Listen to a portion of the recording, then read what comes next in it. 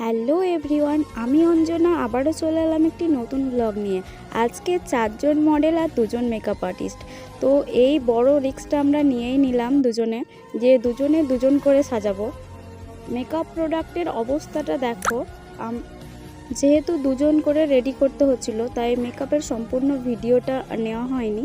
তো এই যে আমাদের মিষ্টি মিষ্টি মডেল ফাইনালি রেডি হয়ে গেছে, আমাদের 4 সুন্দরী, পরি, স্নেহা, প্রীতি অ্যান্ড সুমি। যেহেতু এটা আমাদের আউটডোর শ্যুট ছিল, তাই কাছে একটা বাগানে আমরা ঠিক করেছিলাম যে ওই বাগানটাতে আমরা আউটডোর শ্যুট করব। যার জন্য আমরা 4টে লুক ক্রিয়েট করেছিলাম, মানে 2টো লুক ক্রিয়েট করেছিলাম 4 জনের ওপরে, দুজনকে বৃদ্ধি আর দুজনকে হলদি। তো এই দেখো আমাদের 4 সুন্দরী। যেহেতু দুপুর হয়ে গেছিলো, তাই সেই সময় কোনো টোটো পাইনি, হাঁটতে হাঁটতেই যেতে হচ্ছিল।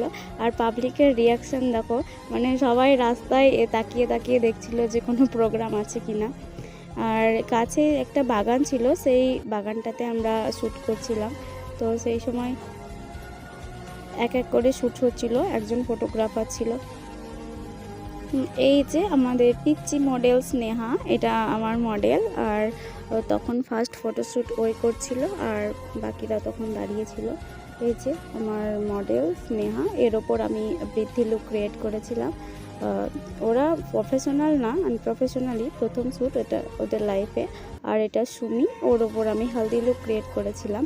তো কেমন হয়েছে মেকআপটা অবশ্যই জানাবে। আর ভিডিওটা যারা দেখছো তাদের অনেক ধন্যবাদ। তারপর আমরা সোর্সের জমিতেও শ্যুট করব ভেবেছিলাম। আর এই দেখো আমার মেয়ে বায়না করছে। আর এই যে আমাদের আর একটা পুচকি মডেল, খুব মিষ্টি। আমার মেয়ে তো সেদিন খুব জ্বালিয়েছিল। এই যে আমাদের সোর্সের জমিতে শ্যুট চলছে। সম্পূর্ণ ভিডিও ক্লিপ তো নেওয়া হয়নি, যেহেতু ওদেরকে দেখিয়ে দিতে হচ্ছিল।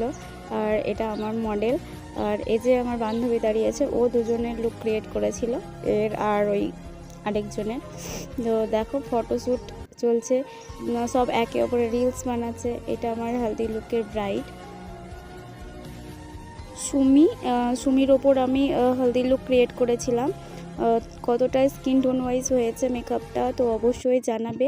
আর ওকে কেমন লাগছে এই লুকে সেটাও অবশ্যই জানাবে। আর ওদের ফাইনাল ফটো তো আমি দিয়েই দেব। ওর মেকআপটা ওর ভালো লেগেছিলো, সেই রিভিউ আমাকে দিয়েছিল। আর ফাইনালি আমরা বাড়ি এসে খাওয়া দাওয়ার পর কিছু রিলস বানাচ্ছিলাম। তো সবাই যে যার মতো দাঁড়িয়ে পড়েছে রিলস বানানোর জন্য। রিলসগুলো একে একে আমার ফেসবুক রিলসে পেয়ে যাবে। রিলস বানানো হয়ে গেলে সবাই যে যার মতো গুছিয়ে নিয়ে বাড়ি চলে গেল। আর এই দেখো আমি সব কিছু গুছিয়ে এবার একটু ফ্রেশ হওয়ার টাইম। তো টাটা বাই বাই। আর এতক্ষণ দেখার জন্য থ্যাংক ইউ সো মাচ।